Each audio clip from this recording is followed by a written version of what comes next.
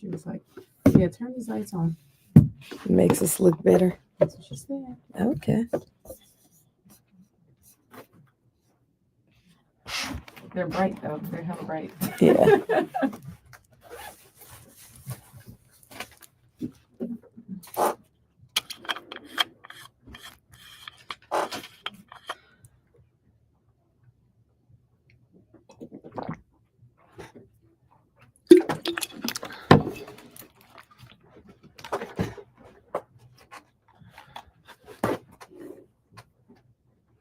I got thrown up. I forgot to put on my headphones.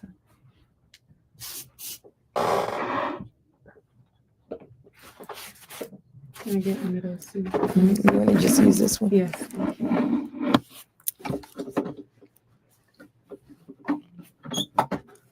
Oh, we're on.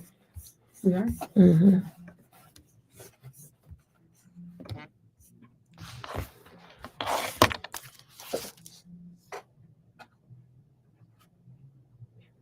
Wait.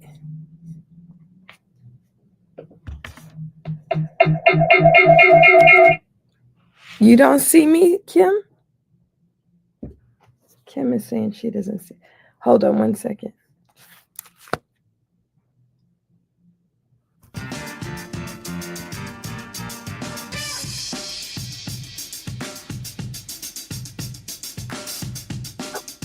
So who let me in? Are you in? Oh, yeah. I see KBLA and I see me. Okay. All right, so we're good. Good morning. Okay, we're ready.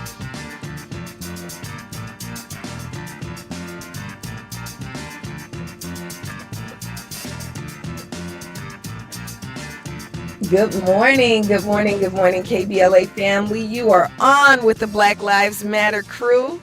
For This Is Not a Drill, we're broadcasting live from KBLA Talk 1580 right here on Crenshaw Boulevard in Los Angeles. Of course, we're also simulcasting. So if you want to see us as well as hear us, you can log on to facebook.com/BLMLA. Of course, the best way to listen is through the KBLA app. Download it to your phone. I say that, I've been saying that every single Saturday for 4.5 years now.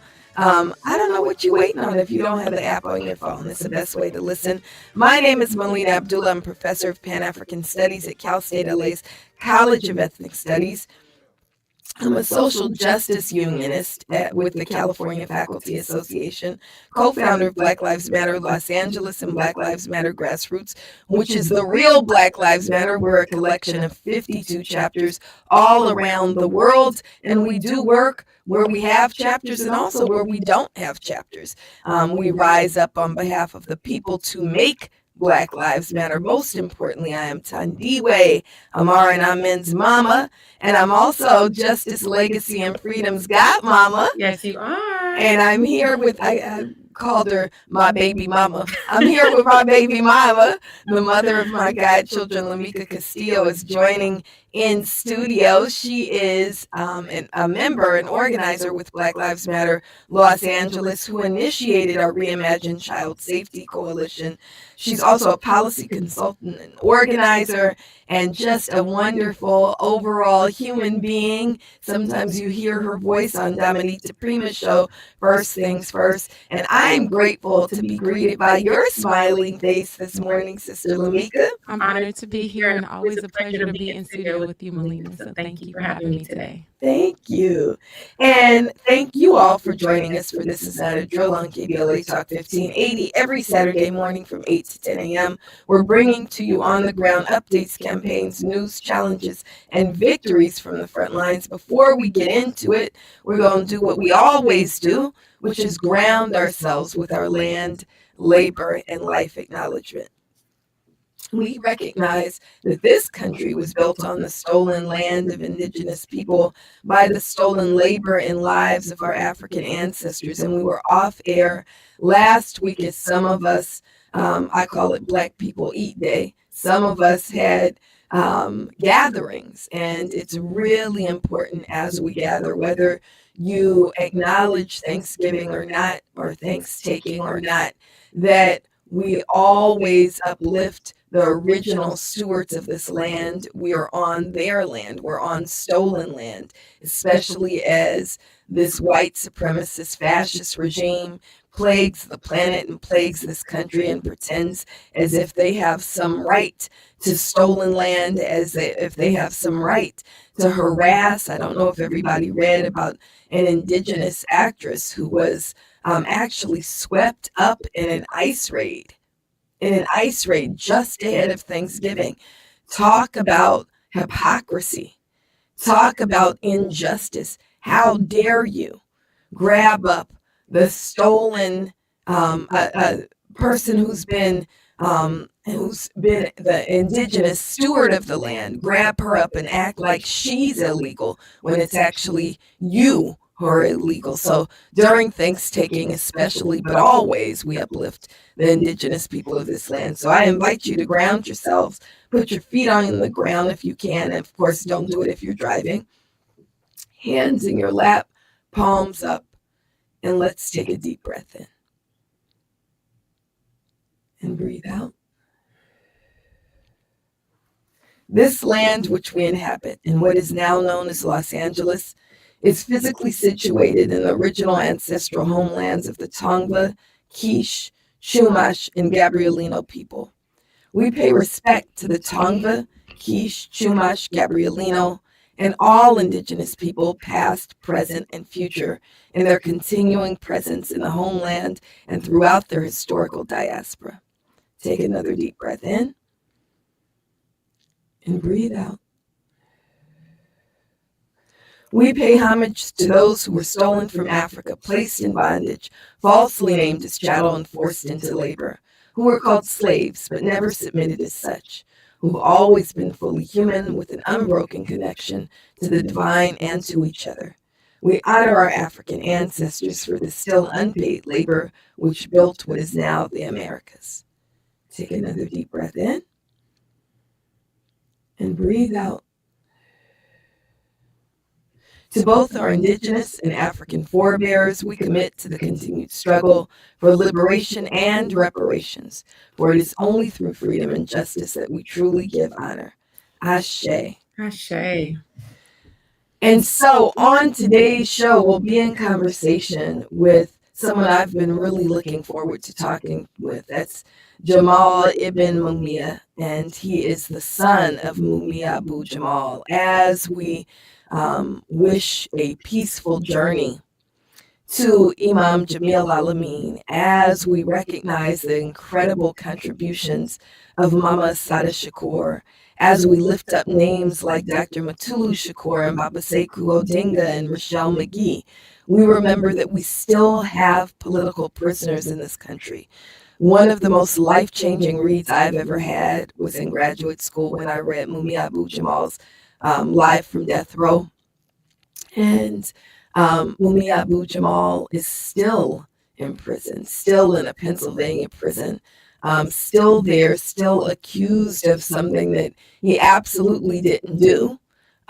Still evidence is being hidden, and still we have to fight to free Mumia. And so we'll be in conversation with his son, Jamal Ibn Mumia, for our main discussion. And Jamal Ibn Mumia will be here in Los Angeles. We get the honor of hosting him at the Center for Black Power. That's Black Lives Matter Los Angeles home right here in Leimert Park. On Tuesday night, we're going to host a conversation with Mumia, Jamal Ibn Mumia, about his father and what we can do to fight to free Mumia. That's Tuesday night at 7 o'clock, and he'll be in conversation with us on this show. We'll also be in conversation with the brothers of Frank Tyson. Frank Tyson was 53 years old when he was murdered by police in Ohio. Some of you remember seeing the body cam footage that came out. Frank Tyson had come into a mostly white bar and was tackled to the ground by police. He was handcuffed. He was asking people to help him, and instead he was killed by police in Ohio as he said those famous words, with which George Floyd said, with which Eric Garner also said, "I can't breathe," and he was killed. So we'll be in conversation with his brother, Melvin Tyson, about Frank Tyson, and we'll also talk about the case that's moving forward, because there is a criminal case moving forward against the murderers of Frank Tyson. And of course, before we get into any of that, we'll get into lots of headlines. We got lots of headlines. We want them hurriedly type during our break. And Lamika's going to bring us back and talk through these headlines. Of course, you're always welcome into the conversation. Our phone number is 800-920-1580, 800-920-1580. We're going to tell you what's been happening, but also what's coming up. And we look forward to having you hop in the combo right here on This Is Not a Drill. More of BLM's This Is Not a Drill. We've got a lot to talk about. Trump. If your appliances can't handle the holiday hosting heat, December deal drops at Lowe's makes upgrading easy. Get up to 35% off select major appliances, and rewards members save an additional $40 on the Whirlpool electric range and the over-the-range microwave. Plus, get up to 60% off select ladders, so you can deck all the halls. Lowe's, we help, you save. Valid through 12/10. While supplies last, selection varies by location. Loyalty program subject to terms and conditions. See Lowe's.com/terms for details.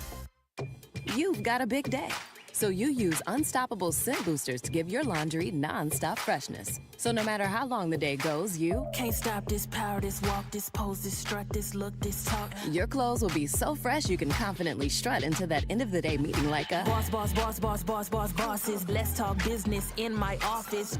Add new Unstoppables beads to your wash for 24-hour non-stop freshness, so you can smell unstoppable. Hear that? That's the sound of your life. Perfectly imperfect. Beating in rhythm to the world you've created. But every time you drive after drinking, the music gets drowned out. Your life sounds pretty great. Don't let a buzz ruin it. Buzz driving is drunk driving. Don't drive buzzed. A message from NHTSA and the Ad Council. Celebrate the soul of the holidays and support Altadena and Pasadena.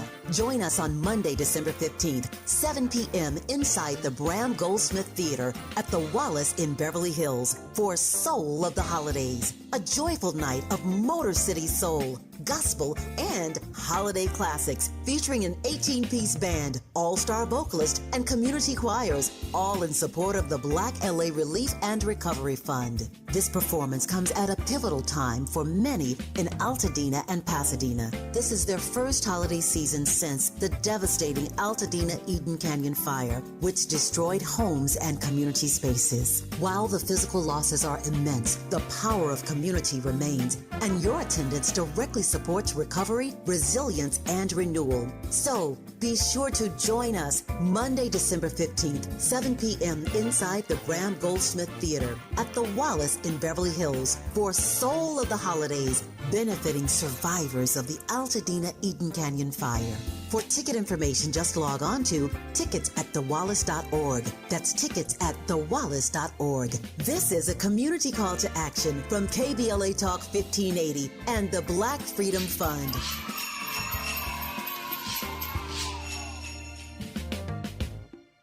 You're listening to BLM's This Is Not a Drill.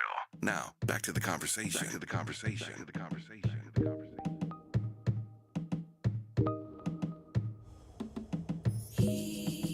got that magic. The way he touches me is so spiritual. My name is Melina Abdullah, and you're listening to This Is Not a Drill on KBLA Talk 1580. I'm honored and blessed and joyful to be in conversation and in studio with one of my favorite people on the planet, Lamika Castillo, who is co-hosting today. What headlines we got this week? We got a lot to talk about this week. Oh, my goodness. Yes, it's a busy season, and we're going to kick it off with Black Xmas. So it is Black Xmas season. This is when we focus on buying Black, banking Black, building Black. Started on Black Friday. So was that last That was last Friday. It was just a week ago. Yes. And we go all the way to January 1st with Black Xmas. And so all holiday season long during Black Xmas, we ask you to follow Black Lives Matter LA to learn more about Black-owned businesses that you can support this season. And then also join Black Lives Matter Grassroots in divesting from white capitalism and engaging in cooperative economics. That's right. And so what that means is to go to blackxmas.org. You can go to blackxmas.org to read more. We know that Black Xmas was initiated in the name of John Crawford III, who was a 22-year-old Black father who was murdered while he was shopping in a Walmart store when store employees called police on him because he picked up their store merchandise. It was a BB gun that they were selling on the shelves. He picked it up. He was just walking through the aisle with his on the phone, talking to a friend on the phone, and police came in and murdered this 22-year-old Black father in the Walmart aisles. We know that also John Crawford is not the only one. That Stephen Taylor was killed in a Walmart up in San Leandro. Yvette Henderson was killed outside a Home Depot accused of shoplifting. We know that just recently this young pregnant sister was just killed in front of Kroger, and her murderer was acquitted. She was 7 months pregnant. They killed her and her unborn child. This was also in Ohio. And so white capitalism utilizes police violence to maximize their profits and to kill Black people. And so we say, don't give them your money. We build Black by investing in Black organizations that benefit Black community, right? Organizations like Black Lives Matter Grassroots, organizations like Youth Justice Coalition, like Social Justice Learning Institute, right?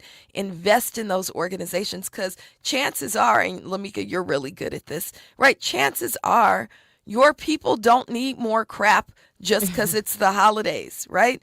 So what would it mean to you when we know that you really care about young people, right? This is your thing. What would it mean to you for us to say that mothers should be kept with their children and be safe from domestic violence? So in your name, Sister Lamika, we're donating $50 to the Genesee Center, right, which houses Black women and families who are fleeing domestic violence. I think that would be way more meaningful for you than buying you some piece of clothing or some toys that I know Justice, Legacy, and Freedom don't actually need. That's right. No, we absolutely want to support the Black businesses in our community, especially the ones that are investing in our people and our children and our families. And so that's why we got to build Black, buy Black. Make sure you check out blackxmas.org and find an organization or a business that you feel aligns with who you are and what you're invested in and what you care about, and support that business rather than going out and buying more things that you don't need. Right. So build Black means invest in Black organizations. Buy Black means maybe Justice does actually need a skateboard. Don't go to Walmart. Go to neighbor's skate shop to get that skateboard if he actually needs it, right? And then move your money. Bank Black. Right? You get mistreated. I hate this Chase Bank right here. Jan laughs at me because I always say, you should study the history of banks. Chase made its first profit off of chattel slavery. Who you think they was chasing, right? Don't put your money at Chase Bank. Move your money to a Black bank like a One United, right? So build Black, invest in Black organizations, right? You can give in the name of someone that you love, right? If you need to buy Black and move your money. It doesn't even cost you anything to bank Black. It's true. And we bank with One United, and they're very family oriented. They know my kids, they know us. And so when you go in there, it feels like home versus going to some, big bank that's more like informal. I mean, not informal, but you know what I'm saying? They're not as invested in you and who you are in your community. That's right. Right. That's right. All right. So a lot on Black Xmas. We have our next headline. So last Wednesday, BLMLA organizers and allies gathered for our weekly End Police Associations rally in front of the Hall of Justice, or what we call the Hall of Injustice. So meet us in these streets every Wednesday in front of the Hall of Injustice for BLMLA's weekly End Police Associations rally targeting District Attorney Nathan Hochman.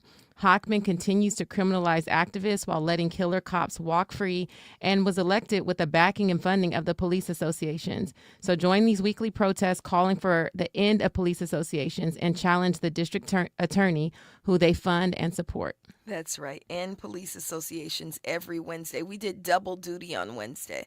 So, Yes. There was a lot going on Wednesday. Before that, the Black Lives Matter LA organizers were invited to the Charter Reform Commission meeting to present our participatory budgeting process and data from People's Budget LA to the commission and to the Personnel and Budget Committee. The city charter acts as LA's constitution, and if the commission decides to reform the charter, that could mean participatory budgeting would be enshrined in the city's budgeting process. Melina, you were there for that. Please tell us more. Yeah, so it was, one, we got to encourage the city to remember that Los Angeles belongs to the people. Los Angeles belongs to the people. So they held this commission meeting on the campus of USC. Where you have to go through all of these security measures to get on campus. But also parking is $45. Don't I know it? $45. So how are people supposed to come if parking is $45? We found a park on the street. It still costs $20 though, right? $45 to park on campus. So I don't know how they thought that was appropriate. But we did present the people's budget, and most of our listeners know that every year Black Lives Matter leads a coalition of folks who says, where do we want our dollars, our tax dollars to go? And for the last 5 years, we've been conducting a survey. We do focus groups, and we've engaged 62,000 Angelenos over the course of the last 5 years. Every year, people say they want to spend on mental health resources and housing and the built environment as their priorities. And they want to divest from the 3 Ps, right? Police, parking enforcement, and prosecutions. And unfortunately, we're always relying on whether or not we have a good relationship with the city council president, whether or not we have a good relationship with the mayor to present this data to them. Now that Karen Bass is mayor, she hears the data, but she doesn't incorporate the data. The purpose of us going before the Charter Reform Commission was to say it shouldn't be dependent on whether or not they like us, that it should be built into the city's charter, that just like they take comment from every city department, they should take comment from the people's budget, and they should incorporate the people's budget priorities into the budgeting process. So we, one of the commissioners actually, who's co-founder of Clergy for Black Lives, Reverend Dr. James Thomas, suggested that we go before the full commission. So that's our hope, and we'll know more by January. Yes, I'm excited about this, and I really do hope that we get to have this enshrined, because imagine if the 62,000 participants in this process with the people's budget, if those voices actually were included in the budget decision makings for the city of LA, we would see a very different budget. We would see resources allocated to the things we want and not to the places where the police are saying that, give us more money, which is what happens every single year. So looking forward to that. Thank you to everybody who's been participating in those surveys for the past few years, and to our team that's been leading the research and the work on that. Next headline. Oh, Donald Trump is in the news, of course, always. And last week, he declared a war on Somali immigrants. He promised to deport even those who are legal citizens of this country. And he seems to be fixated on Congressmember Ilhan Omar as he talks about Somali immigrants and targeting them. Congresswoman Omar represents Minnesota's 5th district, which is where there's the largest concentration of Somali immigrants in the country. And she's a member of the Squad, which is the most progressive element of Congress. She is a practicing Muslim and mother, and she is a dear friend of Black Lives Matter grassroots. We are encouraging everyone to post on social media with the hashtag #IStandWithElon and to speak out against this. This is pretty wild. It's wild, it's crazy, and it's despicable. And I posted yesterday, you know, I've had the pleasure of being in the company of Ilhan Omar and working with her on things like ending qualified immunity, working with her on reparations for Black people, working with her on lots of different things, especially in the aftermath of George Floyd's murder. Our children are friends. And I love her. She's also just a really beautiful human being inside and out. And so we want to make sure that she knows she's not alone. And so we're posting I Stand with Ilhan. Next up, Birmingham police murdered Jamal Williams. He was living with mental health challenges and was surrendering at the time of his murder. Right. And I'm getting information in right now from BLM Grassroots Birmingham. Grateful to Eric Hall, who is meeting with Jamal Williams' mother today. So we'll know more about what happened. I know that BLM Birmingham, which you can follow on Instagram at BLM Beham, we know that they are pressuring the mayor right now and meeting with the family. Birmingham and the surrounding area have been really just a site of police violence for the last several years, but especially over the last year, because it's the same place Jabari Peoples was killed outside in Homewood, Alabama, and now Jamal Williams was just killed there. We'll keep everybody posted as we get more information. We all know that Black Lives Matter, grassroots is Black Lives Matter, but some people seem to be missing that. There's an organization right here in Los Angeles area in Hawthorne called AfriKicks, and they're planning to honor Cicely Gay, one of the thieves who stole Black Lives Matter's resources, platforms, and our good name. In response, hundreds took to social media to encourage the organization to withdraw the award. Comments have been deleted and accounts have been blocked. In retaliation, the BLM Global Network Foundation, which Cicely Gay chairs, has had its lawyer, which specializes in defending white-collar criminals, threaten to file a restraining order against our very own Melina. Right. So we're asking everyone to hop in the comments at AfriKicks and ask them to withdraw Cicely Gay's award. The awards event is scheduled for this Tuesday, December 9th in Hollywood. So stay tuned for further calls to action. And I don't care. They can file a restraining order if they want to. It'll get thrown out. You can't really file. It's ironic, right? And tells how not Black Lives Matter they are, that they're enlisting police because I made a social media post, right? They're enlisting police over a social media post. Prayerfully, a judge will go, no, you can't get a restraining order for somebody's comment on social media, which actually was a very nice comment. I just said, if you're a Muslim, why are you, engaging in an act of injustice? Withdraw the award. So go to AfriKicks, AFRI Kicks, KICKS, and tell them withdraw the award. That's all. But, it won't go unanswered if they do award her. So stay tuned Tuesday night. Also on Tuesday night, something's happening. Yes, on Tuesday night at 6:30 p.m., come out to the free Mumia Freedom Tour with Mumia's son, Ismail Ibn Mumia, at Black Lives Matter LA's Center for Black Power. 44 years after the United States framed journalist and Black Power organizer Mumia Abu Jamal, we continue to fight for his freedom. Join us for an evening of conversation and collective strategy building with special guests, his son, Ismail Ibn Mumia, and freedom fighters from around the nation. That's coming up on Tuesday, December 9th at 6:30 p.m. at the Center for Black Power, located here in Africatown at 3423 West 43rd Place. And that's a wrap for headlines. When we come forward, we'll be in our More Than a Hashtag conversation with the family of Frank Tyson. BLM, This Is Not a Drill, continues when we come forward. I'm Amber Payton with BIN News Now. New York City Police Commissioner Jessica Tisch is apologizing to Mayor-elect Zohran Mamdani after her brother made inflammatory remarks about him. I look forward to being a mayor for each and every New Yorker, including Jewish New Yorkers. At a private event, her brother reportedly called Mamdani, quote, an enemy of the Jewish people, end quote. Senator Lindsey Graham says witnessing Rwanda and the Democratic Republic of the Congo sign a peace deal in the Oval Office was a historic moment. He praised President Trump for brokering the agreement, noting the decades-long conflict has claimed millions of lives. And the estate of the notorious B.I.G. is denying claims in Netflix's new docuseries about Sean Diddy Combs, including that funeral costs were paid using Biggie's record deal money. Wayne Barrow, who helps manage the estate, told The Breakfast Club's Lauren LaRosa the story is not true and called it disrespectful to imply Biggie's family would not notice that. Get BIN News Now on demand 24/7 on the iHeartRadio app. This Thanksgiving, take the family to new heights at the Palm Springs Aerial Tramway. Enjoy ride and dine at Pines Cafe or a holiday meal at both Pines Cafe or Peaks Restaurant. Lunch and dinner with stunning views, 8,500 feet above the desert floor. Visit pstramway.com. Rise into wonder.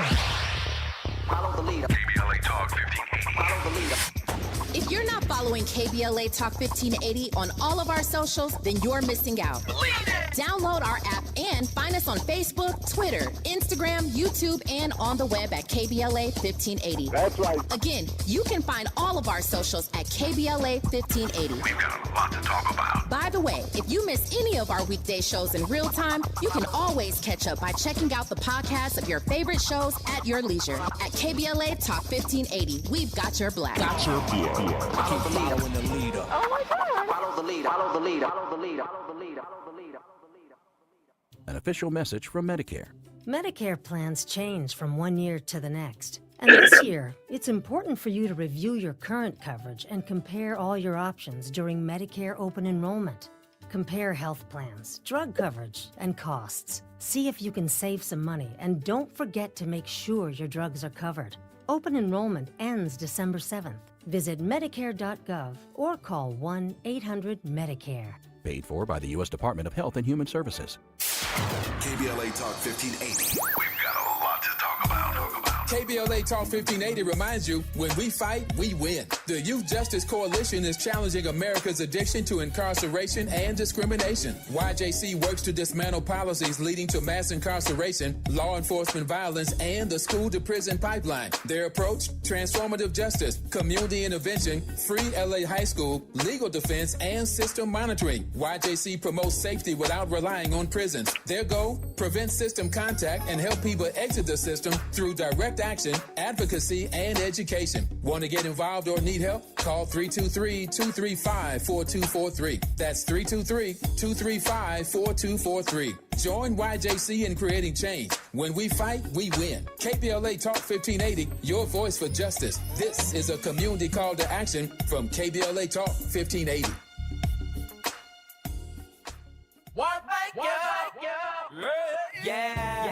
The California Crusader newspaper would like to thank all of our subscribers for their support throughout the years, proudly serving the South Los Angeles and South Bay areas for more than 40 years. The California Crusader is a multicultural, black-owned, adjudicated newspaper that focuses on providing newsworthy information to the people in our community.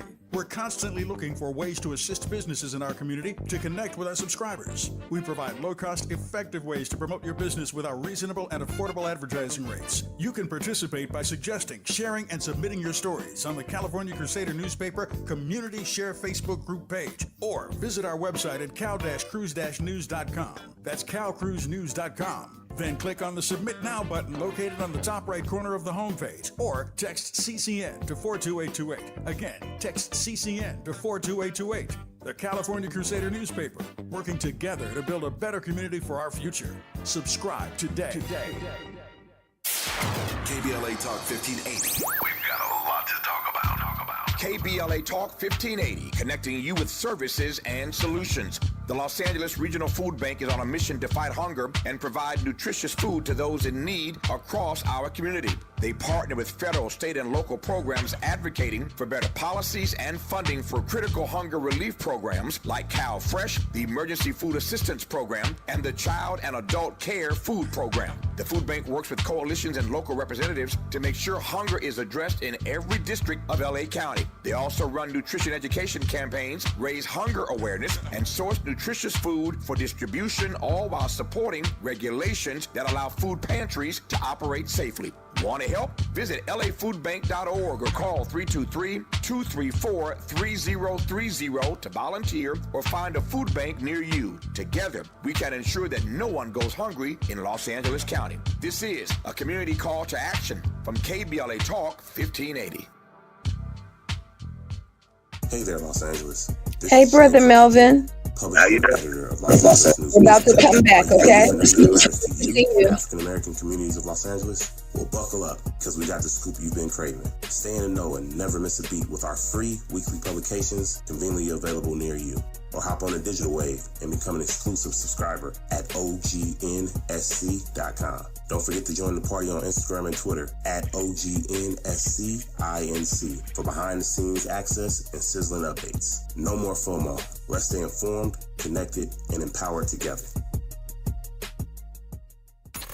BLM's This Is Not a Drill on KBLA Talk 1580.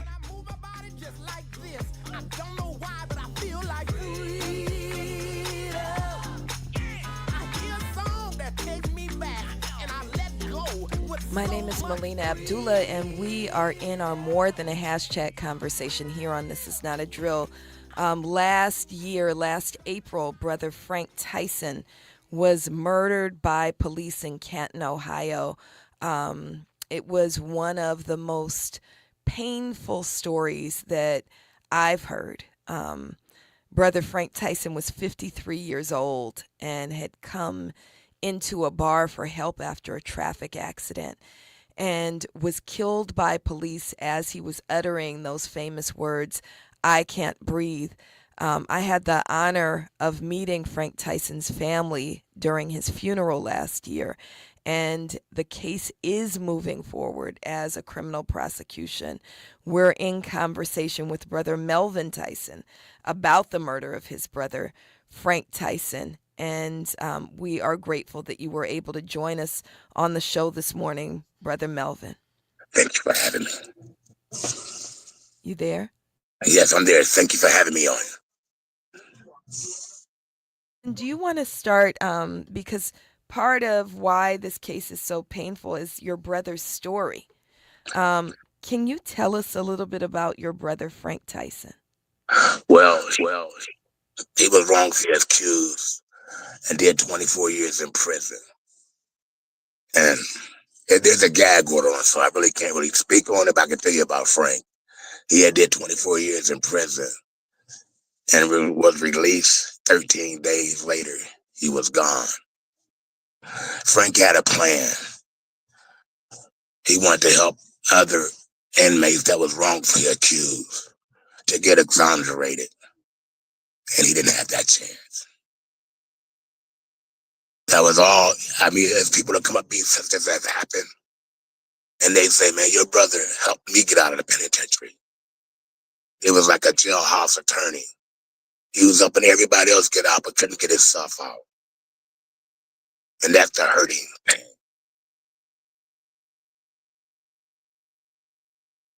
Brother Melvin, how old was he when he was initially arrested? 28 years. There's no gag order on me, so I'm going to say what I know. That Brother Frank Tyson was set up by police as a young black man. He served all of this time in prison trying to get himself out. He never relented. He never stopped proclaiming his innocence. He did powerful work, but he was also exposing a system that targets black people and black men especially. One of the things that every time I think about it drives me to tears is he had a beautiful life partner who waited for him the entire time, and they were supposed to be married. Yes. They had life planned in front of them. She waited from the time he was 28 till he was 53 to be with this beautiful human being who still had hope and faith even after having 24 years of his life stolen from him.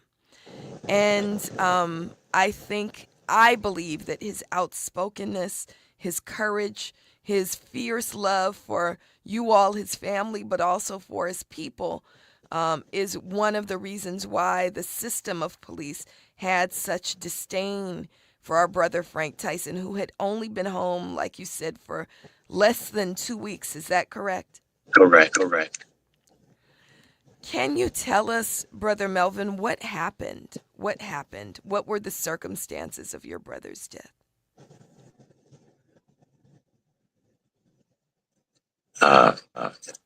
Or is that one of the things you're preventing?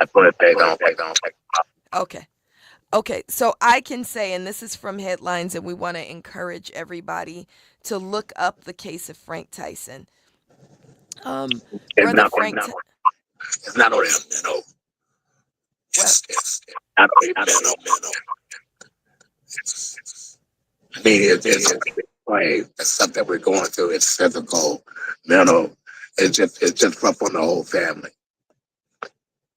You know, we're missing some work, but the work and stuff don't mean nothing. It's just hard. It's just hard to be out here going through this. Almost 2 years now. Next April will be 2 years. It's rough.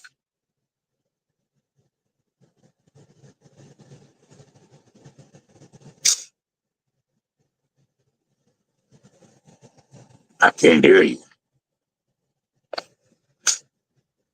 Brother Frank had gone into a bar for help after a traffic accident. So I'm just sharing with folks the story. Brother Frank had gone into a bar for help after a traffic accident. Police were called in on him. Police tackled him to the ground, handcuffed him, sat on his back. Brother Frank was saying, "I can't breathe." 7 minutes passed, and ultimately, Brother Frank lost his life while he was looking for help. Those cops are now on criminal trial. They face criminal charges for the murder of Frank Tyson. Brother Melvin, can you hear me okay now? Yes, I can hear you now. Great. So I've been looking up the progress of the case, and I'm filling in, but if there's something that you're able to say, and we know that one of the ways that the system of injustice kind of continues to cause harm is they often place gag orders on families. So that's why we're encouraging everybody to look up this case. There is footage. You can see what happened. We're encouraging people to look up the case of Frank Tyson in Canton, Ohio.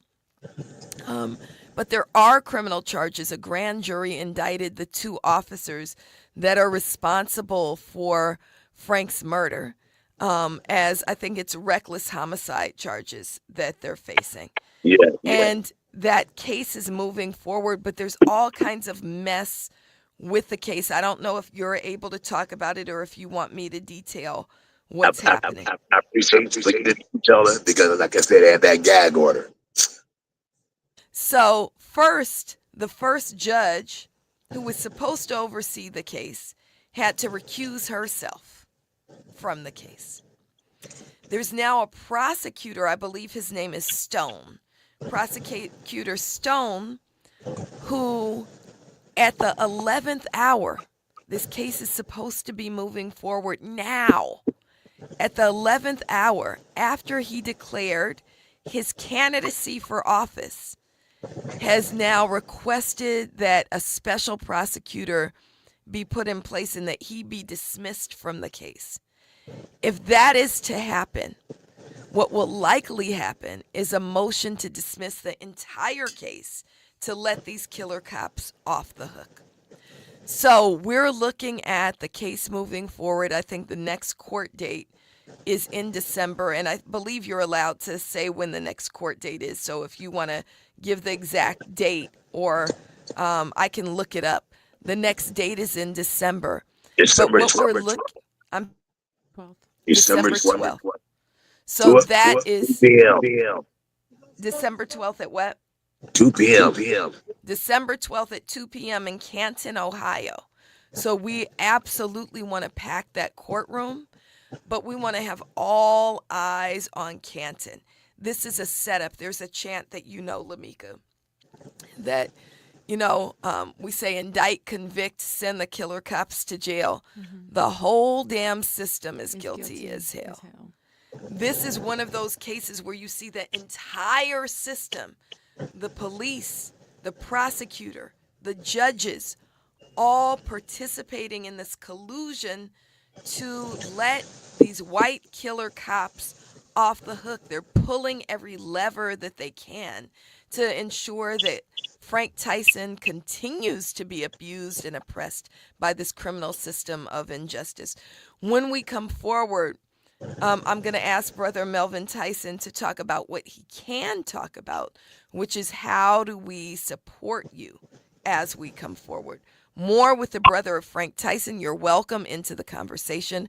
Our phone number is 800-920-1580, 800-920-1580. More with Melvin Tyson when we come forward. Okay, I'm going to have my brother's want to speak with you also, John Tyson. Okay, Brother Melvin, can you hear me okay? Yes. Okay, we're at commercial. What are you able to talk about? I'm going to have my brother come on and talk with you right now, John Tyson. Move with community this You said holiday what? season. I'm going to have my brother John Tyson speak to you right now. My mom has decided to learn to paint, Okay, and we she's can good. talk about how My we dad's now support into you all. creative cuisine, and I've already put on 6 pounds. Learning new things comes with age. My mom, she started forgetting my name. Greetings, and what we're Brother talking about. John. Forgetting Good evening or good morning. memory How you loss may be doing? a sign of Alzheimer's I'm hanging disease. in there under the Early detection gives circumstances. you and your loved one Yes. time to plan for the future. So I Learn the know warning there's a signs of gag order, Alzheimer's so I at tried my best to 10signs.org. give an Brought to you by overview the of the Alzheimer's case. Association and the Ad Council. The holidays mean more But if travel, there's more anything shopping, that you more need to time fill online, in, and more you know, I've personal been info in more following. I places think that we could met at the expose you more to funeral. identity theft. Okay. LifeLock monitors millions I've of been data points per following, and I've second. been also If your talking. identity is I stolen, just our US-based talked about restoration how this specialists will prosecutor fix is it, trying to be guaranteed, and your money removed, back. and Don't you know, face drained then they want to accounts, dismiss fraudulent the loans, case. or financial losses So alone. I don't Get more know holiday fun and less if there's holiday work anything with in there that you're LifeLock. allowed to Save up say, to or if there's 40% your something first year that with promo I code should news. be Visit saying lifelock.com. Terms apply. more. Your ambition But just we minutes can max. get into With how Robinhood. people Trade support stocks you. and ETFs, options, So we can futures, do and a crypto, pack the all court in one call to platform. Get action for started the today at 12th. And then if there's Robinhood.com/yourmoney. anything else Your you money, want to your money. say, All you can investments say involve risk, including loss anything of that you principal. want to Options, futures, and crypto say trading carry significant risk and may not suit all that investors. is, Securities offered through doesn't Robinhood Financial violate LLC, your member gag SIPC. order. Futures trading is offered by Robinhood Derivatives LLC, not FDIC or SIPC. A lot of the things you've been touching is exactly what's going on. Not only the judge has recused herself, the other 4 judges in the courthouse has also recused themselves. And the talk about the defense asking for a mistrial, that is currently happened too. And there's a resolution that's going on too that the defense wants to be honored by the new prosecutor. But the resolution hasn't been talked about, but there's some kind of resolution there in the making. Probably pretty much letting the officers off the hook. And has the prosecutor has not yet been removed, right? Officially, no. We're waiting for, I think that's the 12th is going to be the decision, because he has to come face to face in court to actually say he's willing to take the case. Because the last court hearing, he was not there. Your home, our community. Okay. This is a community call to action. All right. from And if KBLA there's Talk calls to action, 1580. Brother John, about what you want the public to do. Oh, we're coming back. We're back. Back to the conversation. My Can't name is handle. Marlene Abdullah, and you're listening to This Is Not a Drill right here on KBLA Talk 1580. We're talking with the brothers of Frank Tyson. Frank Tyson was 53 years old when he went into a bar to ask for help after a traffic accident. Police came in. They killed this brother on the floor of the bar, handcuffed. He was uttering those famous words that were uttered by Eric Garner, that were spoken by George Floyd. I can't breathe. And the police, these white cops, refused to hear him. They stole his life. And now they do stand trial because the grand jury did do the right thing and indicted both of those officers. But the entire criminal system of injustice has been levied against this black man. And now I'm learning that it's not just one judge who recused herself from the case, but 4 judges.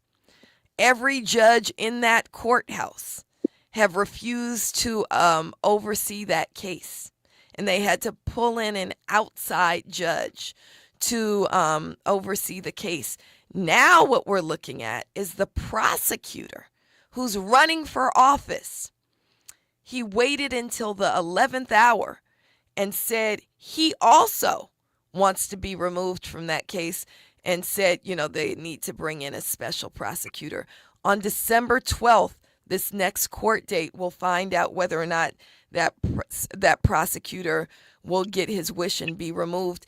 Either way, we can't expect justice, because if the prosecutor doesn't want to prosecute the case and he stays on, he's going to do a terrible job of prosecuting the case. And if he's removed, the state has made it clear that they intend to file to dismiss the charges against these white cops who killed this black man.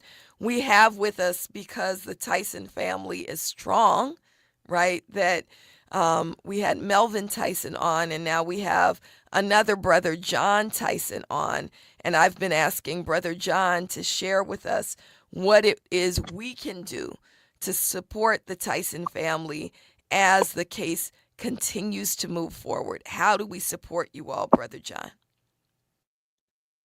I'm just glad that it's getting the news coverage that it should have been getting a long time ago. I like to thank everyone that's involved with it. The more that it gets out, the more it's able to be seen and to be heard.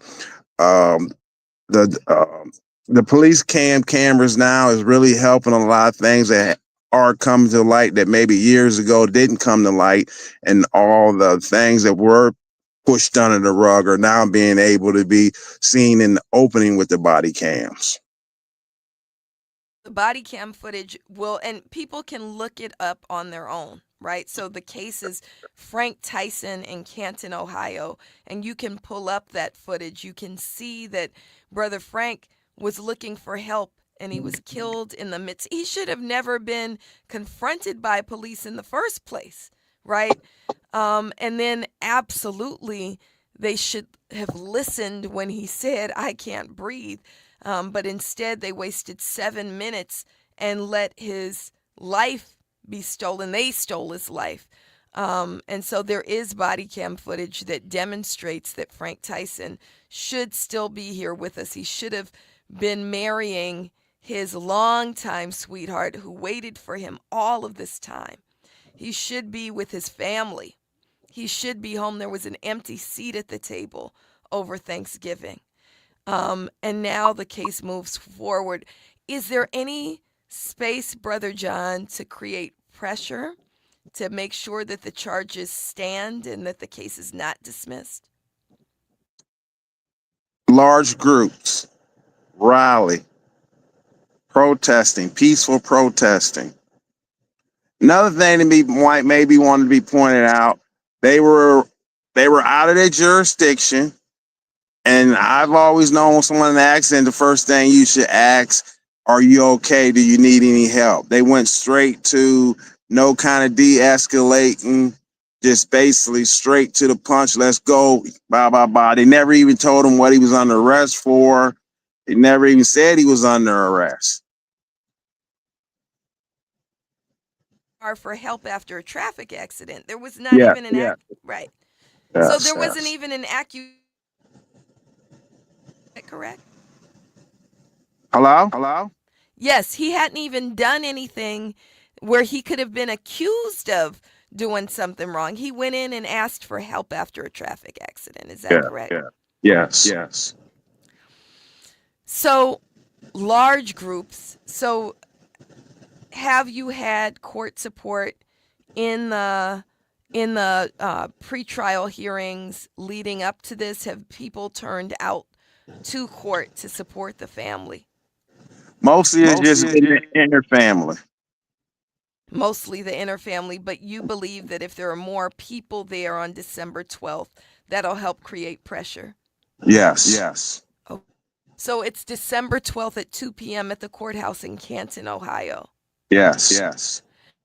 What about online support? Have you all been receiving kind of support from organizations online? Is there support? Have you been seeing enough coverage in news media? There has been news media, but we definitely need more. There have been a lot of positive comments of the news media. I know that Brother Andrew Joseph, our rapid response coordinator for Black Lives Matter Grassroots, has been working with the family, and you've been involved in some of the Justice Families calls. We'll make sure that we do what we can to create support on December 12th. Normally, the big call to action is once the trial has started. But what we're looking at with this case is there may not be a trial if we don't create pressure now. Is that correct? Yes. So if you're in Canton or can get to Canton, we need all hands on deck on December 12th. All hands on deck on December 12th. I believe December 12th is a Friday. So if you can get to Canton or you're in Canton, Ohio, we need support. Also visibility online so that people know that people are watching, and we'll make sure that we put something out that can be shared at BLM Grassroots. Is there anything else you'd like to share, Brother John? This is another plebiscite record. The cops were young. They still was just barely out of their 6-month probation. It was suggested they go to another 6 months probation. And one of them probably never even should have been a cop because on his record, he had a minor theft charges. And the police department mentioned they weren't even aware of it. So maybe he shouldn't even have been a cop.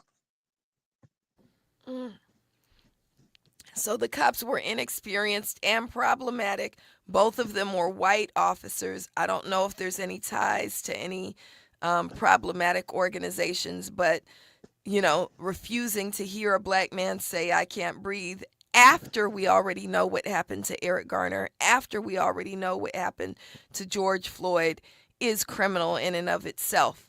And we're prayerful, and we'll connect with you, Brother John, to make sure that we provide some support for the 12th. I'm looking forward to it. Can we please get for GoFundMe? Frank Tyson GoFundMe. If you send that to me, we'll make sure that we share that out. That GoFundMe goes directly to the Tyson family, correct? Yes. And so we have to remember that there's real costs. And can you just explain for folks real quickly why financial support is needed? Family member has missing work, just flyers, just basic everyday needs. We're talking about working class people who have to take off work in order to come to court, have to pay these exorbitant parking fees, who have to rally themselves, flyer, and exert energy. So we will share that GoFundMe. Those funds go directly to the Tyson family. So please give what you can. And we'll make sure we also amplify Frank Tyson. So if you are on social media, please say Frank Tyson's name. You can hashtag Frank Tyson. That helps it pick up. And also, as one of the Justice Families has shared with us, when we put a hashtag, it's shorthand for what happened to them. So we want to make sure that we say Frank Tyson's name, especially leading up to December 12th. We want to thank you so much, Brother Melvin and Brother John, for joining us this morning. I'll make sure that I follow up with you to see what else we can do in advance of December 12th, and we say his name, Frank Tyson. Frank Tyson. Thank you for having me. Say his name, Frank Tyson. When we come forward, we'll be with the son of Mumia Abu Jamal about Free Mumia right here on This Is Not a Drill. KBLA 15. So just a radio won't be no place.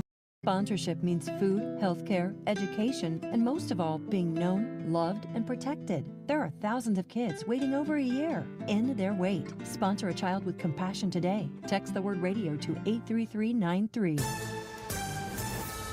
I'm Amber Payton with BIN News Now.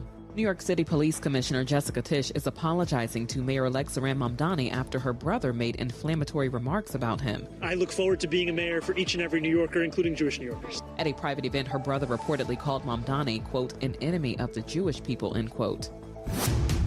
Senator Lindsey Graham says witnessing Rwanda and the Democratic Republic of the Congo sign a peace deal in the Oval Office was a historic moment.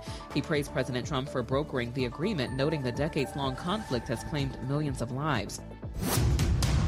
And the estate of the notorious B.I.G. is denying claims in Netflix's new docuseries about Sean Diddy Combs, including that funeral costs were paid using Biggie's record deal money. Wayne Barrow, who helps manage the estate, told The Breakfast Club's Lauren LaRosa the story is not true and called it disrespectful to imply Biggie's family would not notice that. Get BIN News now on demand 24/7 on the iHeartRadio app. Yeah, yo, come on. At KBLA Talk 1580, we fight the power every day. Yeah, gotta give us what we want. Gotta give us what we need. Hey. I listen to KBLA and I love the commercials. I know what the commercials mean. I also, if I'm looking and trying to figure something out, I need something to talk to me that might hit me. And it happens on TV because, every time they show a sporting event, they got the pharmaceutical companies back to back telling people how to fix the sickness on the same stuff that they sell them. So we get it. Yep, we get it too, Chuck D. And that's why at KBLA Talk 1580, we don't black down. Drop it. Our freedom of speech is freedom of death. We got to fight the powers that be.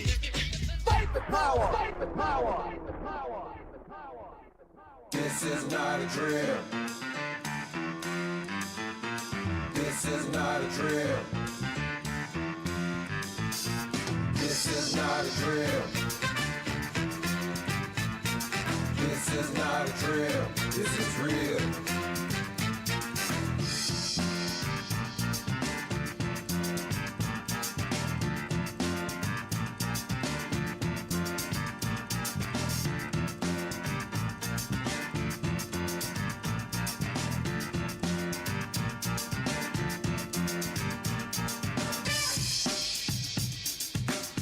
My name is Melina Abdullah, and you're listening to This Is Not a Drill right here on KBLA Talk 1580. I'm in studio with one of my favorite people, Lamika Castillo, who's co-hosting the show today. Thank you for joining in studio, Lamika. Thank you for having me. Good morning, everybody. Good to be here.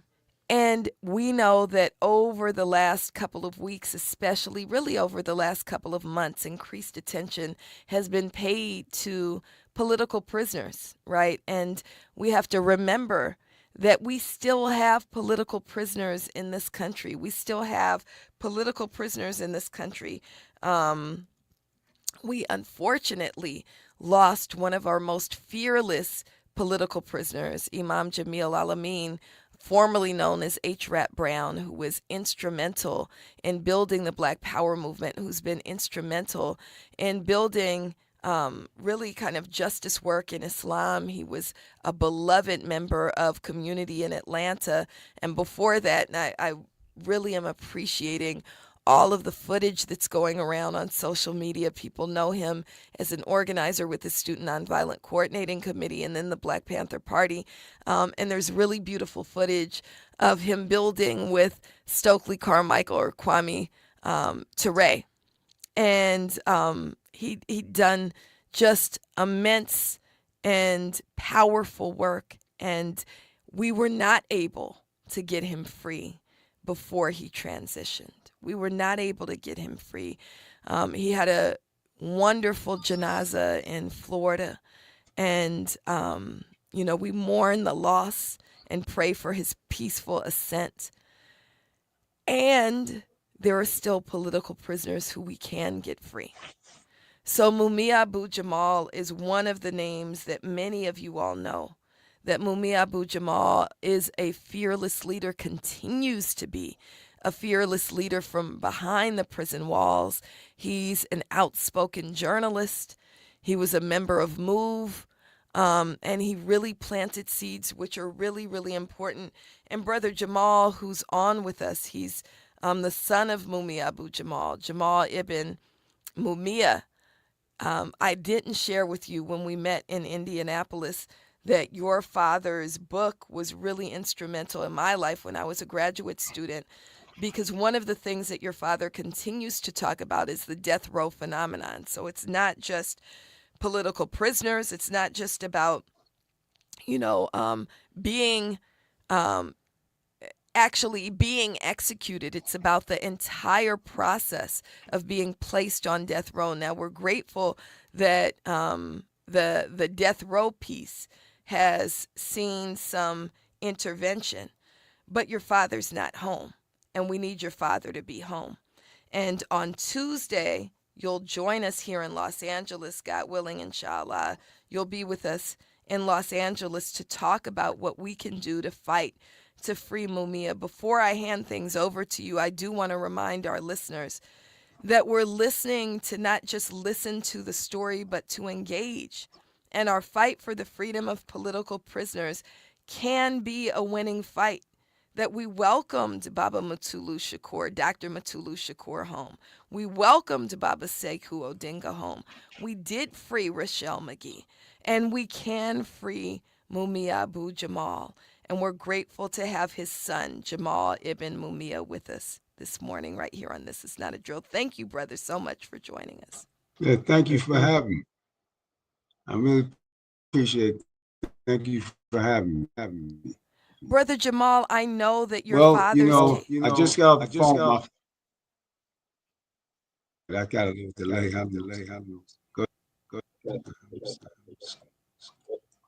Go ahead, Brother Can you Jamal. hear You me? started to say you just got...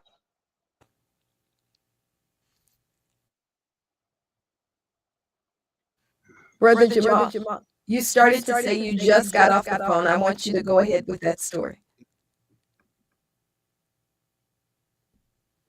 Okay. I think All right.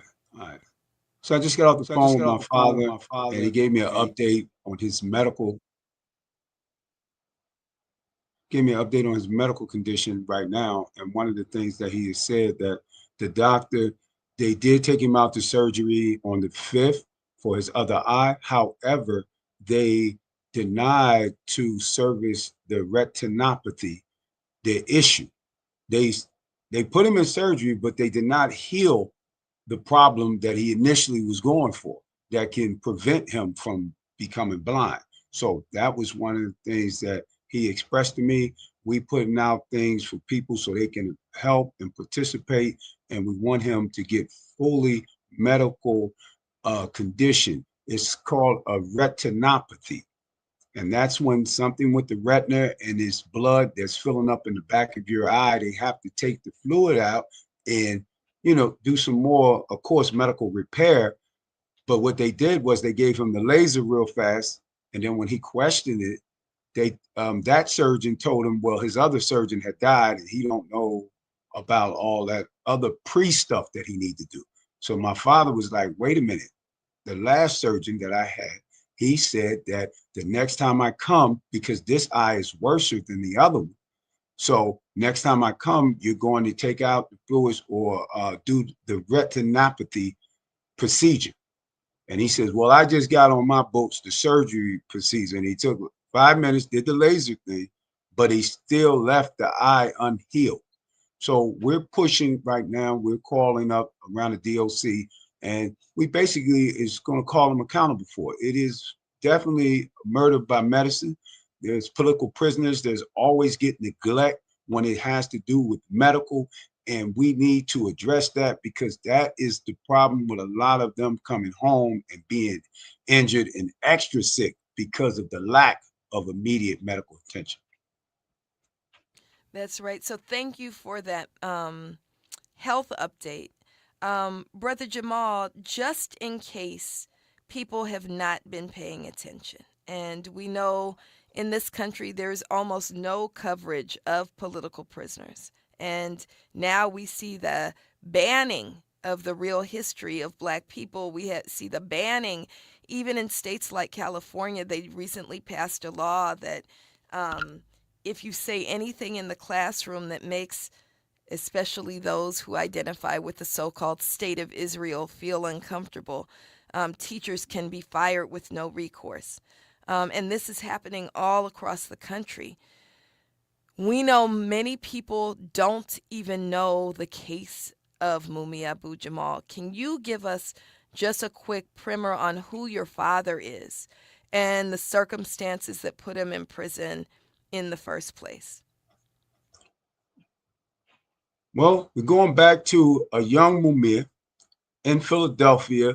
He was part of creating the Philadelphia chapter of the Black Panther Party. At the age of 14, he was the Minister of Information.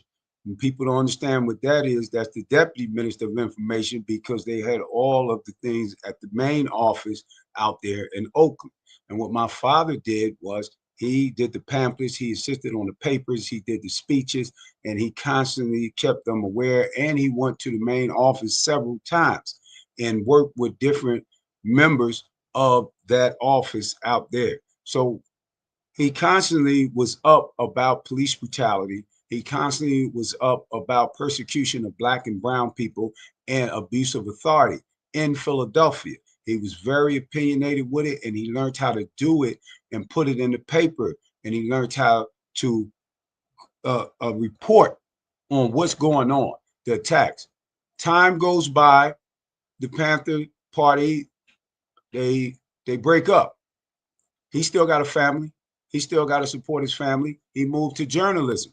And then he was on the radio station, which was WHAT in Philadelphia and WDAS, which are popular stations in Philadelphia. He was the supervisor of the news chapter. He continued to report about the police brutality, the murder of unarmed Black and brown men and women in Philadelphia. And that's how he came across the MOVE, and he was a MOVE supporter. He was never a member. He was a supporter, but he also reported on their situation. And it started in Poughton Village, and that's down in West Philadelphia. And they were having a standoff in 1977. That originally started the Move 9 situation, where they were charged, 9 people were charged for 1 murder and 1 bullet. My father happened to go to the press release where the mayor and the police commissioner are trying to control the narrative that these radicals was in a crazy shootout and the police officer died. So my father raised his hand and he says, "Can you touch?" This is Frank Rizzo, that's racist at this time. So my father, he raised his hand and he says, "Can you tell the people on friendly fire?" Because the coroner report says that friendly fire is when an officer shoots another officer. So this officer Ramp was killed by friendly fire. So another officer shot him. How could you charge 9 people for 1 murder that you know they didn't commit? And he was like, "Young man, you're going to be accountable for your actions." He said, "Those radicals, I got them off the street. If they left when they told them to leave, then that would have never happened." So right then, that spawned out a vendetta with my father against the status quo, against the state, against the local police commissioners, and all of that. So now Mumia is still a journalist. He's still reporting. He was in 1981. He was the president of the National Black Journalists Association, and he also went for like 3 or 4 anchor jobs. Because I remember him and my mother, they was arguing with because he refused the anchor jobs for Channel 3, 17, and it was another popular channel, because they told him, "We love what you do. We just need you to cut your dreads. We want to go more with like an Afro look." And he was like, "Well, you don't love what I do because I'm not going to cut my dreads. That's not me." So he didn't get the job. So he's struggling as a journalist, and he's continued to be on the radio, and then he's covering these type of cases that's exposing the police brutality, the murders on Black people, the police abuse, the racial discrimination, and all of that. So he loses some of these jobs. He get fired. So he started moonlighting because, again, you're married. Him and my mother, they went to college together, got to college, and they were married. They got kids. They got to something got to give. So he became a cab driver. He started moonlighting as a cab driver and still doing those radio journalist jobs. And that's when he came about on December the 9th, which was like maybe a year or a year and a half after Move was convicted. And he wound up doing that. He ran into a situation, got shot. He come through, he's charged with capital murder. And he's fighting it, but he got that journalist mind, and he's saying, I'm innocent. I didn't do anything. So they got to prove this. They got to show this because the law says they got to do that. You got to remember, this is the guy that constantly was putting stories against him. So they framed him, and the cover of the frame, the officer was Daniel Faulkner. At the time, in Philadelphia, the FBI local office had an investigation on that Philadelphia precinct downtown from 1980 to 1988. My father was arrested on December the 9th, 1981. That is very relevant because there was corruption already in that police precinct. So the third in command, he comes, his name was Alfonso Diagano. That was like the muscle for the same police commissioner and the mayor that was giving that press conference. So he knew exactly. They beat my dad.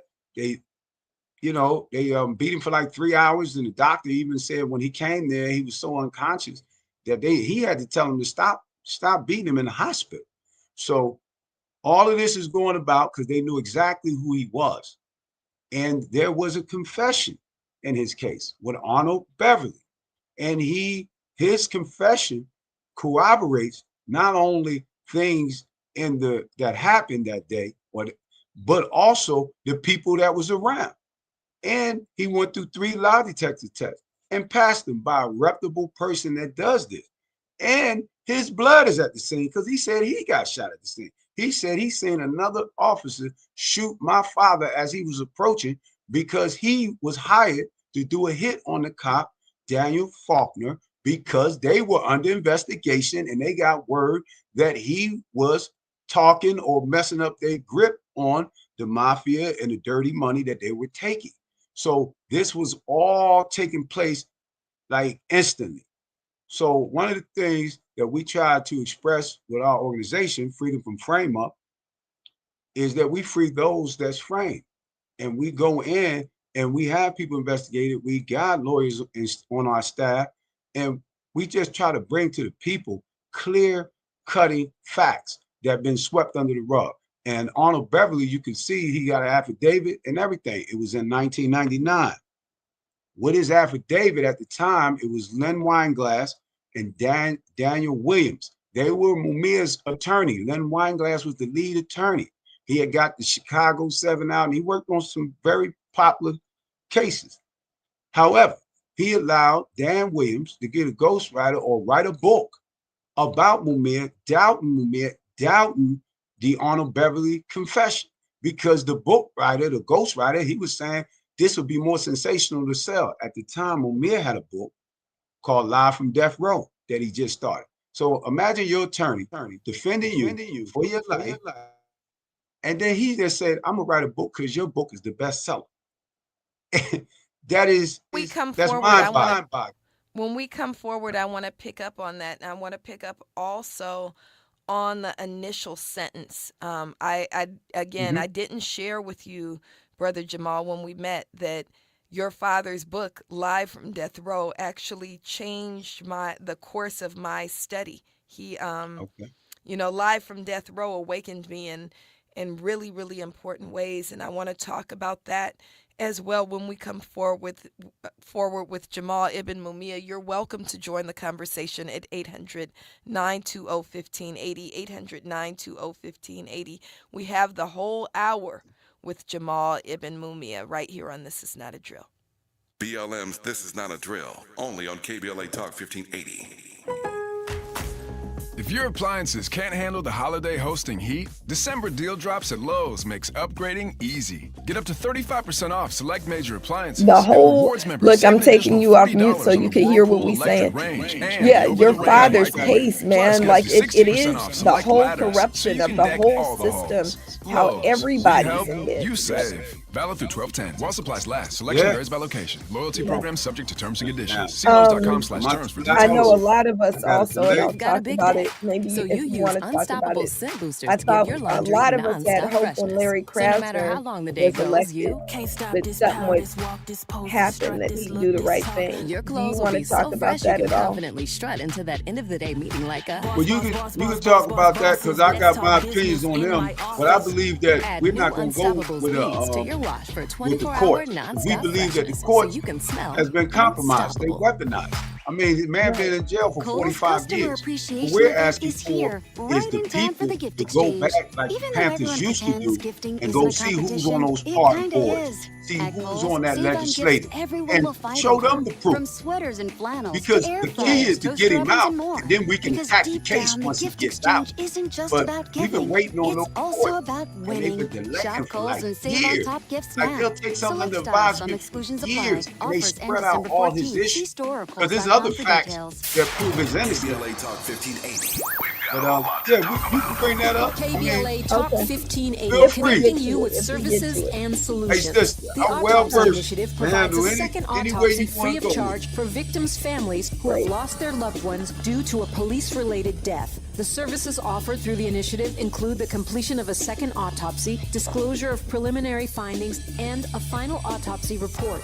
A police-related death is when an individual is harmed by police officers using deadly force, which results in an individual's death. How long are you gonna be in Police-related town death for? includes in-custody deaths, including those that arise during contact with law enforcement officers For during arrest, a few days, we pursuit, got a booking, couple more transport, or events. incarceration. We got something The to Vegas. Autopsy I Initiative figured has out a it's team of 6 board hours. certified pathologists on You know, call. I be An thinking autopsy report California It's is only just 4 like a hours couple in in a Vegas. highways. close relationship with the victim, It's which not may that far. include the victim's spouse, partner, relative, Yeah, close friend, I'm or gonna be out in lawyer. Vegas To on the request a 8th. free second autopsy Coming for a tonight on the victim of police anniversary of violence, Mumia please visit arrest. knowyourrightscamp.com. That's Okay. That's gonna be knowyourrightscamp.com. 44 Then years. click on autopsy, then click Wow. on Then we request. going At to KBLA, San we believe Jose, in justice for which is in victims of police Silicon Valley. violence. We We're say doing a their panel names, with the and Haiti we Action, don't black down. This Hands is a Off community Cuba call to action blockade. from KBLA. And Talk there's going to be a 1580. panel, San Jose against war. We're going to touch on that because a lot of political prisoners are not in these circles that they need to be. We're coming back.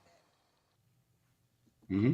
And you're listening to This Is Not a Drill right here on KBLA Talk 1580. My name is Melina Abdullah. We're in conversation, and I can't let not one of these moments pass by as we're in conversation with Jamal Ibn Mumia. I'm the son of Mumia Abu Jamal. So all through the commercial, I'm trying to hit him up for as much as possible, and we want to make sure that everybody is plugged in on the visit that's coming on Tuesday, December 9th. He'll be here, and we'll talk about Free Mumia at BLMLA's Center for Black Power. Everyone is invited. It's at 6:30 p.m. Next Tuesday, or this coming Tuesday night. We'll have snacks. We always got food because I believe in feeding people, right? We'll have food, but we'll also have really, really important conversation with Jamal Ibn Mumia. Really grateful that he's coming, and we'll strategize because we're not just here to hear stories. We're here to activate ourselves so that we can free Mumia, We've been hearing the story of Mumia Abu Jamal, who was a journalist and organizer and father, and doing all these things that we say are required of us, right? To work diligently for the freedom of Black people, to tell the truth. One of the reasons he was targeted, as we're hearing, is because he was telling the truth about what's happening to Black people, what's happening to Black movement, about who the police are and what they're doing to Black folks. And so he, as a truth teller, as a journalist, was then targeted by a white supremacist police state. And so we were getting that story. We're also moving into the conviction. So there was a conviction, and ultimately, Brother Jamal, your father was sentenced to death. Correct. So my father was arrested on December the 9th, 1981. He had a trial in June of 1982 and a sentence on July 3rd, 1982. So what's wrong with that picture? That's 6 months on a capital murder case with a police officer. I know people that get charged with lower crimes that in the county for like 9 months, 12 months, especially if you got a serious case. But from the beginning, the railroad, he was sentenced to death. He was on death row for 30 years. And one of the things that I tell people is I say that the reason why they took him off of death row because of the international people kept going to the UN and kept saying, well, y'all say, and I say, y'all, the US never claims to have political prisoners. So they say, well, what about Mumia? You know, and then they'd be like, okay, you know, so they came in, and he's the only one on death row that had a constitutional violation on a capital murder case that involved the jury. And that's what Judge Yan in 2001 said that's the reason why he commuted him to life. But listen to what he told the prosecution. He said, you got 180 days to come up with an appeal. That's 6 months. You could take a vacation and come back. What? And said, if you do not do that, his sentence will automatically commute to life. So that's a trick bag, because it's you telling them like, oh, if you do appeal, you got 160 days to find something. You know how much new law come out in 6 months? And then if you don't do nothing, we still going to take him off death row, but we're going to give him life without parole. So I said they took him from the frying pan to the broiler. And one thing that they do is they take you out of that international realm and put you amongst a lot of other brothers that's struggling for their life with life sentences. And now it says, well, what makes him so special? It's everybody else with life. So they know what they're doing. And the courts had many years to fix this. Mumia, this is coming up on his 44th year of a cover-up that they know he's innocent. And the reasons why they know he's innocent, Mumia doesn't have any record. Mumia hasn't done anything to any officers or any police. So I always ask people this: is anywhere in this country, because I have a lot of friends and I know a lot of people that have been in the trenches, okay? If two black males is caught at the scene and arrested when a white officer is murdered, that they say, how come Mumia don't have a co-defendant?